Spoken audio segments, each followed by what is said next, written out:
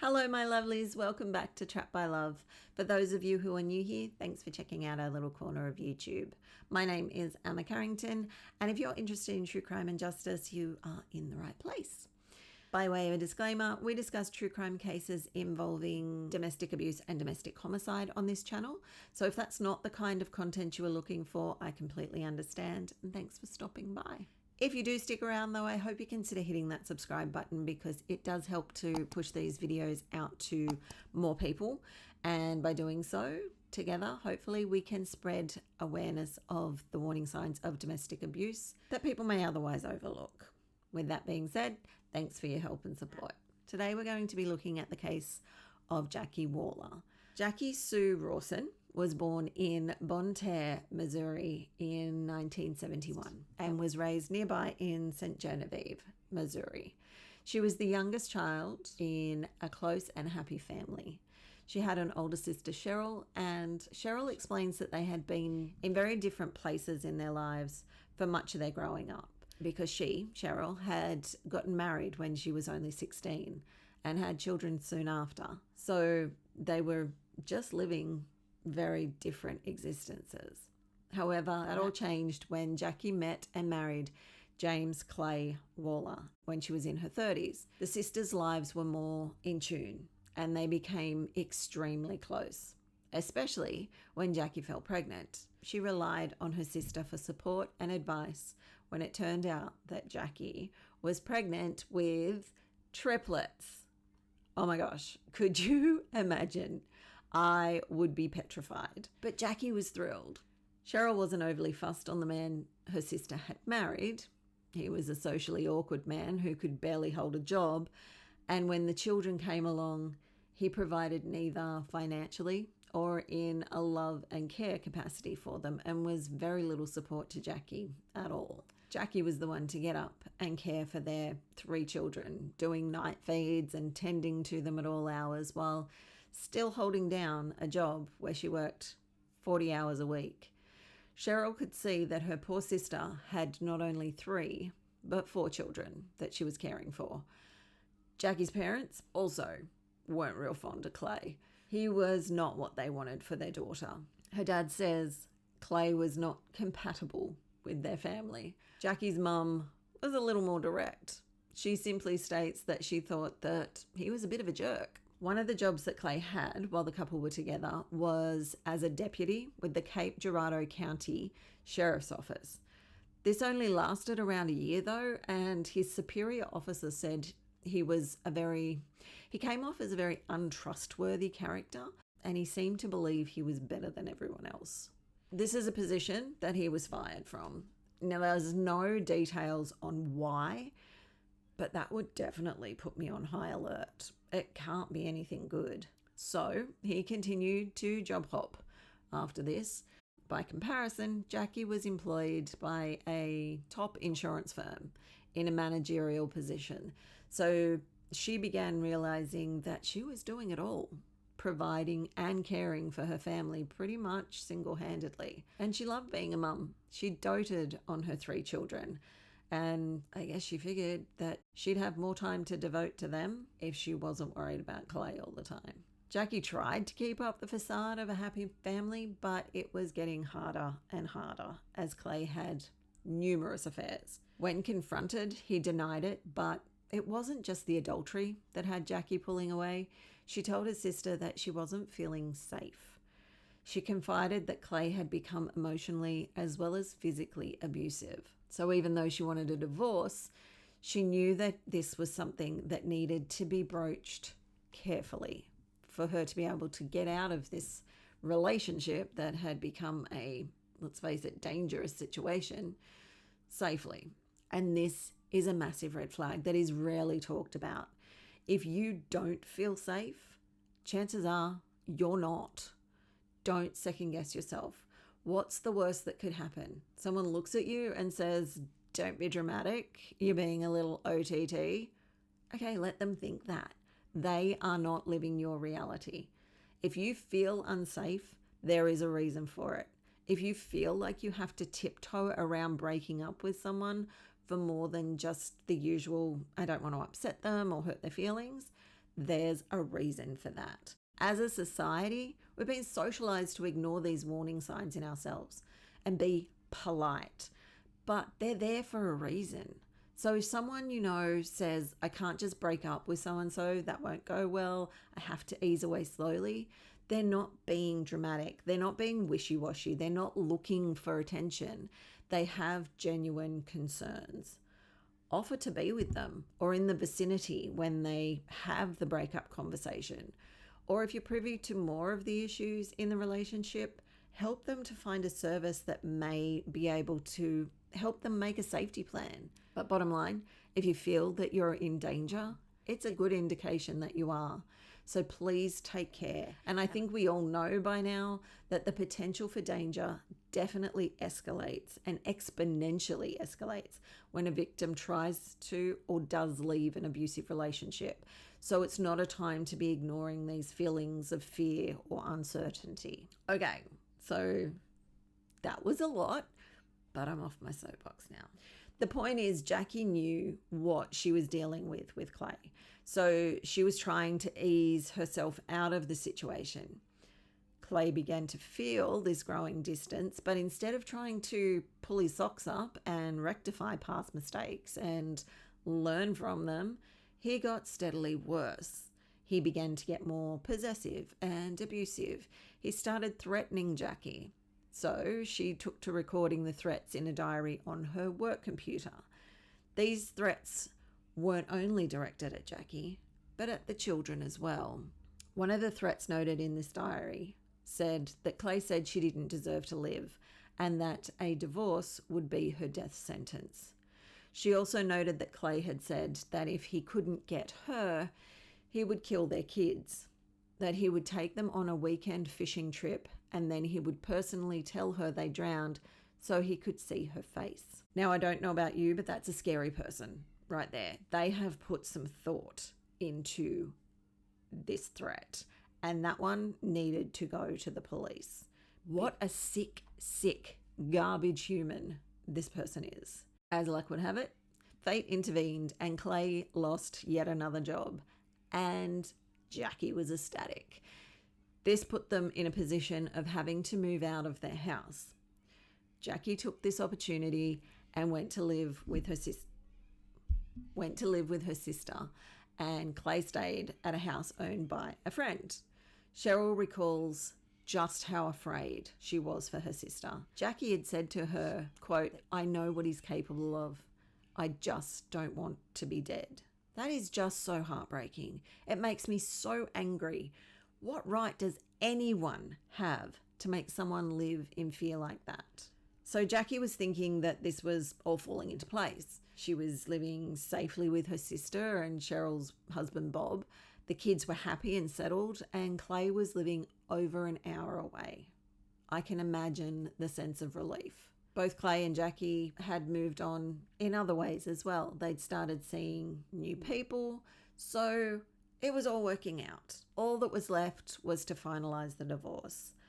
And Jacque was starting to believe that Clay was actually going to let her go, that he was going to accept this and be somewhat reasonable. They agreed the details of the divorce would be hashed out at her attorney's office on the 1st of June 2011. This all went to plan. Then Jacque was going to Clay's to pick up her son because he had stayed with his dad over the weekend. Jacque came out of the meeting with her attorney and called her sister, saying she'd be right home after picking up her son. But after 3 hours, when Jacque still hadn't returned, Cheryl felt something was very wrong. She began repeatedly calling Jackie's mobile, leaving messages, but getting no answer and no returned call. Cheryl then started calling Clay's phone, and he wasn't answering. She finally left a message saying, Clay, if I don't hear from my sister in 5 minutes, I'm going straight to the police. That seemed to get his attention. He called her back and casually said, Hey Cheryl, what's going on? Cheryl pulled no punches. She said, You know exactly what's going on. Where is my sister? What have you done to her? But he just said, If I see her, I'll let you know, before he hung up. So he's all light and chipper and casual.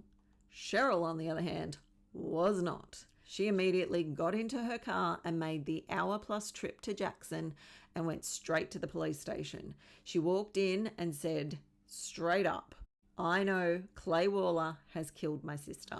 Now, this is usually where we would be bitching and moaning that the police say you have to wait 24 hours. She's only been gone a few hours, etc., etc. That's not the case here. These guys were on it. The police listened to Cheryl and they also felt right from the outset that something was off.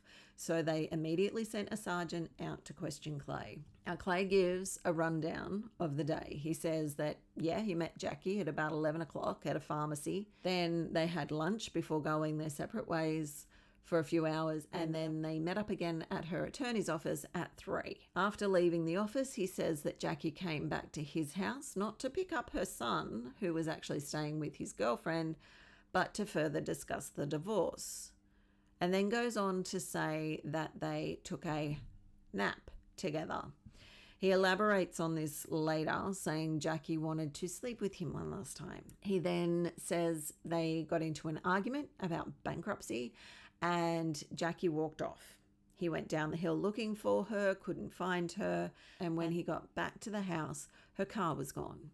He says he tried calling her and got no answer. Police find his story a bit sus, so within hours, they're assembling a major case squad consisting of a number of experienced detectives and an FBI agent.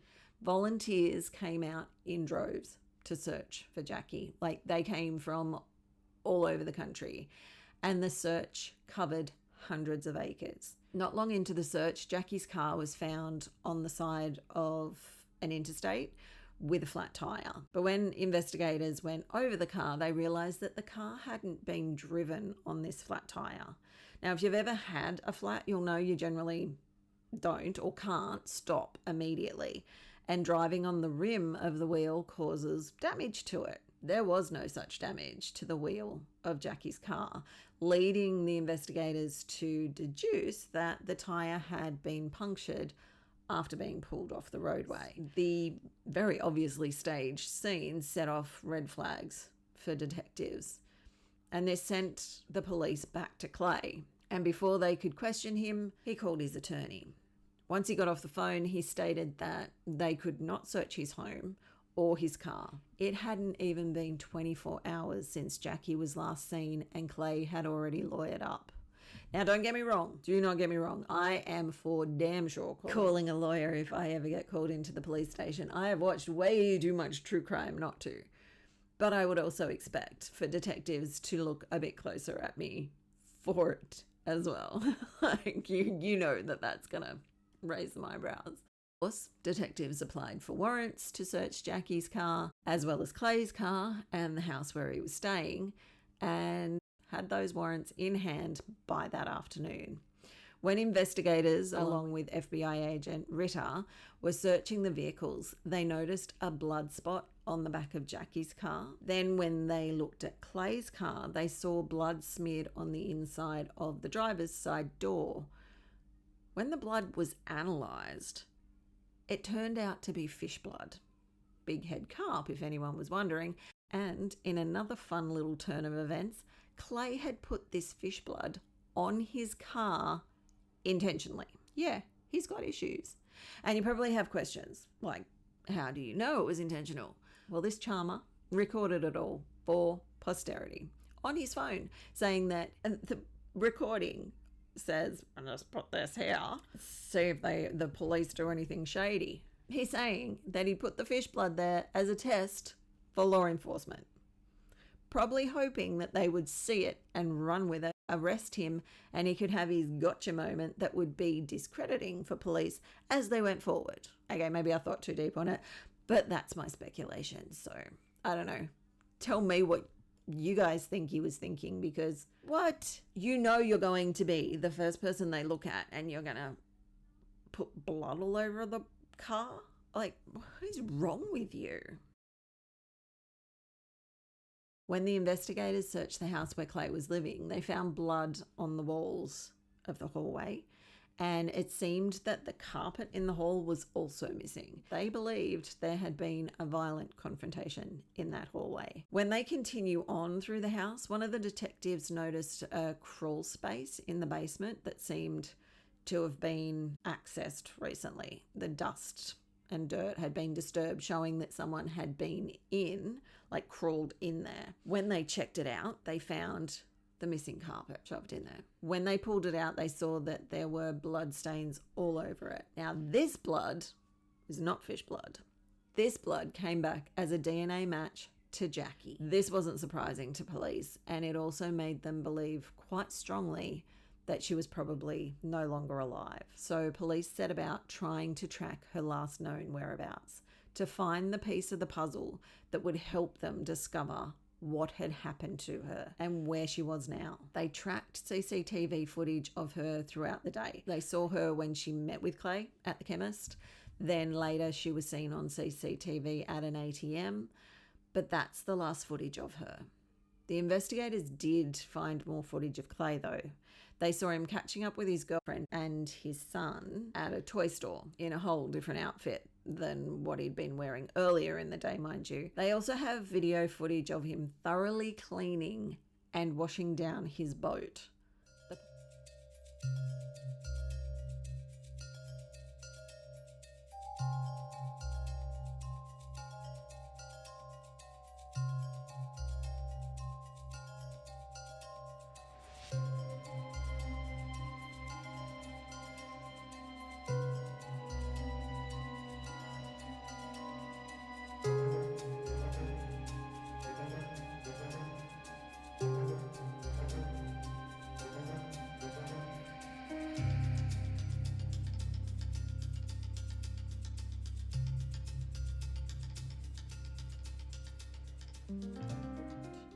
The police ended up putting the images of the boat out in the media, and a young couple came forward and said that they'd been down by the Mississippi River and had seen a boat fitting this description across the river near a sandbar that is known as Devil's Island. Really? Devil's Island? Who comes up with these names? Anyway, I digress. So the investigators searched the island more than once and found nothing. No sign of Jacque or anything that pointed towards Clay. That didn't mean he was in the clear though. The police called him in for a formal interview. This is when he told FBI agent Ritter that all the blood in the hallway was from a kitchen accident. That was, according to him, not a big deal. Big enough deal to remove the carpet, but law enforcement didn't have enough to move forward with charging Clay. So over the next few weeks, they continued their investigations. They also kept a very close eye on their prime suspect. They fitted a tracker to his vehicle, but remember, Clay was a former sheriff's deputy, so it gave him great pleasure to make sure they knew he was aware that it was there. He did this by going and sitting in vacant lots for a while, knowing that law enforcement would have to search that area for any sign of Jacque. Police knew he was playing with them, but they couldn't dismiss anything he did in case it was a clue amongst the red herrings. I can't imagine how frustrated they must have been. Adding further insult to this frustration was Clay's attitude and actions towards Jacque's family and the volunteers out searching for her. Jacque's dad says that Clay would drive past their house honking his horn and saying, "You're not going to find anything." He'd drive past the search teams and flip them off. This guy is unhinged. Through all of this, while the police were focused on finding Jacque, her family were bringing her children into their protective fold. Clay had no interest in his girls, even before this tragedy, apparently.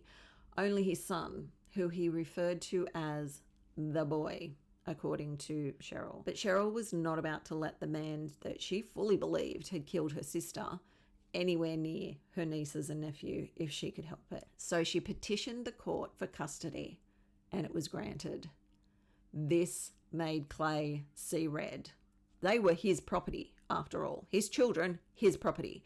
So he took to social media and went on a rant, posting, quote, "You are dead. I promise if those kids get hurt, I will get you. 5, 10, 25 years from now, I will get you.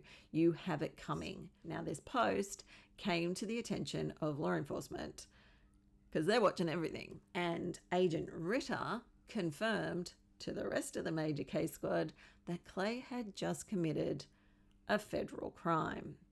They had him, not for murder, but it was a start. It had been 4 months since Jacque had been seen last, and police were not letting up. They kept digging on Clay and came up with a few more things. They found allegations of harassment of a former friend, as well as theft from a previous job in excess of $50,000. Like, this guy's he's a peach. While the police question him and try and get more information about Jacque's disappearance, Clay plays victim and continues to claim that he had nothing to do with anything. Sorry, quote, nothing to do with nothing.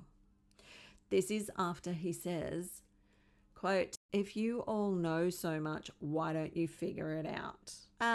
Don't worry, sir. I do believe they will. And Jack's around, and if you guys know so much, figure it out. I don't know what to tell you. I had nothing to do with nothing. Clay goes on to point the finger at a guy named Gary. But the police already know all about Gary and have cleared him. Clay is charged in September of 2011 and eventually pleads guilty to the federal offense of threatening Cheryl and is sentenced to 5 years. But he's still not budging. He had nothing to do with nothing when it came to Jacque. The police and prosecutors still weren't going to let this go. They wanted justice for Jacque. So they compiled all the circumstantial evidence they had. And 2 years after she disappeared, they charged Clay with the first-degree murder of Jacque Waller in June of 2013. As much as Jackie's parents wanted Clay to rot in prison, they were even more desperate to have their daughter home.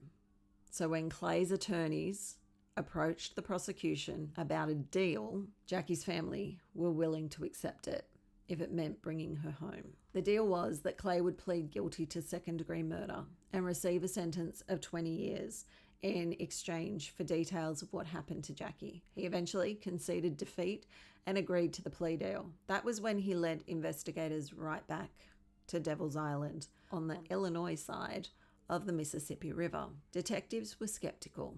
They'd been dealing with this guy for years now and were prepared in some respects for this to be just another stuff around by Clay. And when they got to the island and Clay was dithering about and saying she's around here somewhere, they were further discouraged. But then one of the detectives recalled that Clay had told them that he had put a bag of fertilizer on Jackie's body.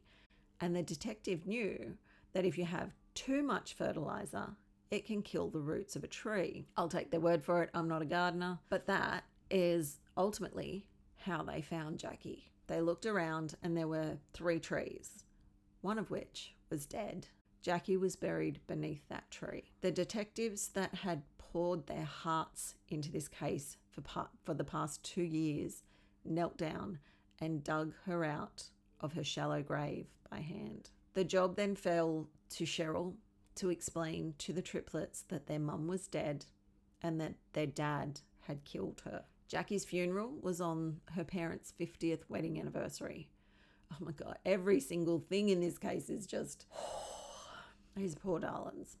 Once Jacque was laid to rest, Clay had to fulfill the other half of his deal, which was to explain in detail on camera what happened. So Clay sat down with detectives and the prosecutor and broke down what he had done. He says that Jacque had come back to his house to have sex one last time before an argument had started between them in the kitchen. And that's when things escalated. But he says it started as an accident. He says that they were both trying to get things out of the fridge at the same time, and he accidentally bumped her nose with his head, which caused a nosebleed. So Jacque freaked out and ran off into the hall, and that's where she began provoking him and saying that he's never going to see his children again. She's like, you want to have one last bang before we make this final? I'm like, yeah, it's going to be a bang, all right. And I hit her on her nose with my head. She took off running. She tripped, and she tripped him. So, all an accident that escalated, or at least that's what he's selling right now. However, Mr. Smarty Pants obviously forgot the beginning of the conversation when he was asked about when he dug the hole out on Devil's Island. What day did you dig the hole that you buried her in? I did it the day before.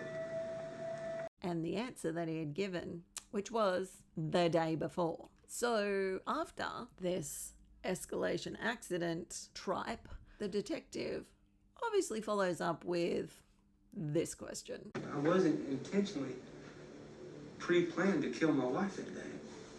That wasn't the case at all. So digging the hole the day before was not premeditation? Well, I guess you could see it that way. You idiot. Clay also claims to have only hit Jackie once in the nose, but her autopsy shows blunt force trauma, leaving multiple fractures to her skull and face. So on top of being a murderer, he's also a liar. What the prosecutor does believe of his story was that once he killed Jackie, he loaded her into a garbage bin and he put that bin in the back of his truck before going to meet his new girlfriend and his 5-year-old son at Toys R Us. Disgraceful human being. He then goes on to tell how he took Jackie's body in the bin on his boat over to the island and then put her into the pre-dug hole, and says he stood there and said some final words, which were, "All I wanted was my family." They were the words he thought were appropriate to lay her to rest with. Cretin. He thinks it's all about him. What about what anybody else wants? Law enforcement were not happy with the fact that he had basically fudged his way through this deal. He led them out to the island, but they only found Jackie by using their detective skills. He lied through the supposed confession and blamed Jackie, but they still had to honour this plea deal. So he would still only receive 20 years. He had a conversation with a family member right before sentencing that was, of course, recorded. I'll play it for you. You need to be apologetic and remorseful. I'm not. I'm gonna stand up in court tomorrow and tell everybody to themselves. Why should I care what they're going through if they don't care what I'm going through? You understand? No, I don't. You're not the victim you're claiming. It happened 2 years ago. I just want to move on. I'm sorry. I'm going to jail. That's it. When I walk out them doors, they can't do nothing more to me. I mean, I don't think they can they? What a creep. But that "can they" would be answered all in good time. Wish to be formally arraigned on the amended charge. We'll waive formal arraignment, Judge. Mr. Waller, if you and your attorney will approach the bench, please.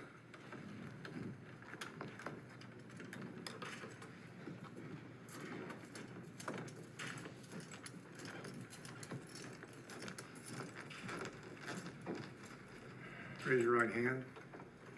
You do solemnly swear that the testimony you're about to give in the cause now pending before the court will be the truth, the whole truth, and nothing but the truth, so help you God. Yes. Do you understand what you're charged with? Do you intend to plead guilty to this amended charge? Yes. What is the plea agreement in this case, Ms. Woodruff? Judge, there is an agreement in this case. The state agreed to amend this charge to murder in the second degree and recommend a sentence of 20 years to serve and dismiss counts 2 and 3. And in return, Mr. Waller had to provide the location of Jackie Waller's body. Law enforcement had to be capable of recovering her body, and then Mr. Waller had to sit down and give an accounting of how he killed Jackie Waller. Mr. Waller has satisfied all 3 of those conditions. We did recover her body. He did lead us to her, and he did sit for an interview on Monday to give his recitation of events. In return, he receives the murder in the second degree charge, an agreement for 20 years to serve. I would note that I cannot bind any other authorities. That means I cannot bind the state of Illinois, and I also cannot bind the federal government. Any charges that Mr. Waller would face from those agencies would be completely separate and has nothing to do with my agreement with him. Is that your understanding of the plea agreement, Mr. Waller? So that was the prosecutor running through yep, this is the deal we made, yada, yada, yada, right? So all done and dusted, right? Well, not exactly. The detectives and Agent Ritter of the FBI really did not like this guy because they pulled out a rarely used Interstate Domestic Violence Act and said,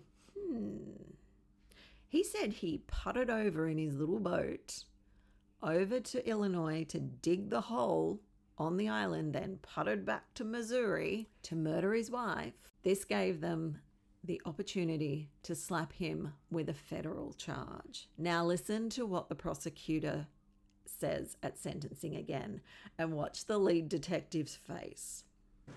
I would note that I cannot bind any other authorities.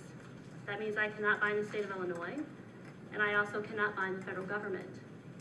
Any charges that Mr. Waller would face from those agencies would be completely separate and has nothing to do with my agreement with him.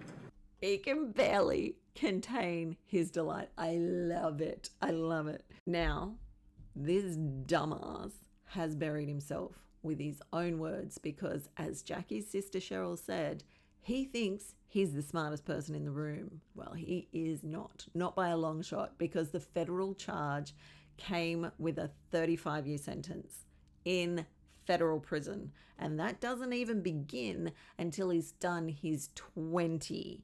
I am so pleased about the justice in this case, but the devastation left behind for 3 beautiful children cannot be overlooked.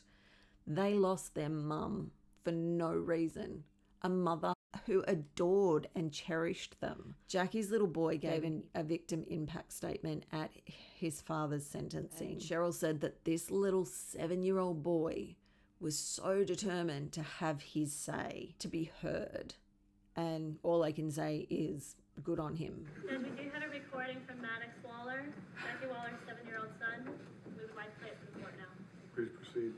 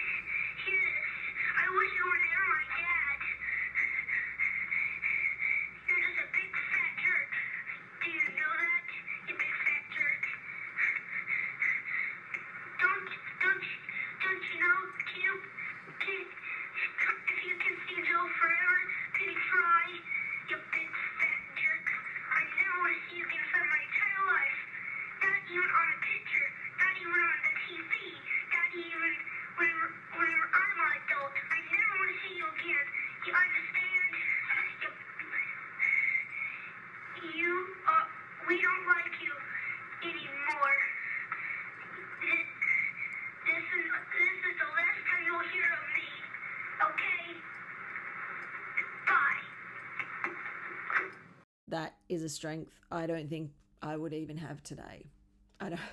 Wow. Cheryl and Bob officially adopted Jackie's triplets, and they are being raised surrounded by love and family, which is such a blessing to come from so much sadness. One last word on the scum that is Clay Waller. In 2017, he wrote a book detailing the murder of Jackie and entitled it, "If You Take My Kids, I'll Kill You." He's a special kind of gross, right? Anyway, a federal judge shut him down, ruling he was unable to profit from his crime, which is pretty standard. At least that's my understanding. But you guys, Clay will be locked up until he is 73. Cheryl says as much as they wanted a life sentence, they are as happy as they can be with this, explaining that the kids would be about 38 when he gets out, And at that point, they'll be old enough to handle him and his manipulations. And she says that her mum and dad won't be around. So they were good with that, which is another heartbreaking way to look at it. That, my treasures, is all I have for you today. As always, if the content in this case has raised any concerns for you regarding your own relationship or that of a loved one, please reach out for help. There's a list of resources in the description box below. You're not alone. Promise you're not alone. I thank you again for joining me this week, and until next time, please take care of yourselves and be kind to one another. Bye.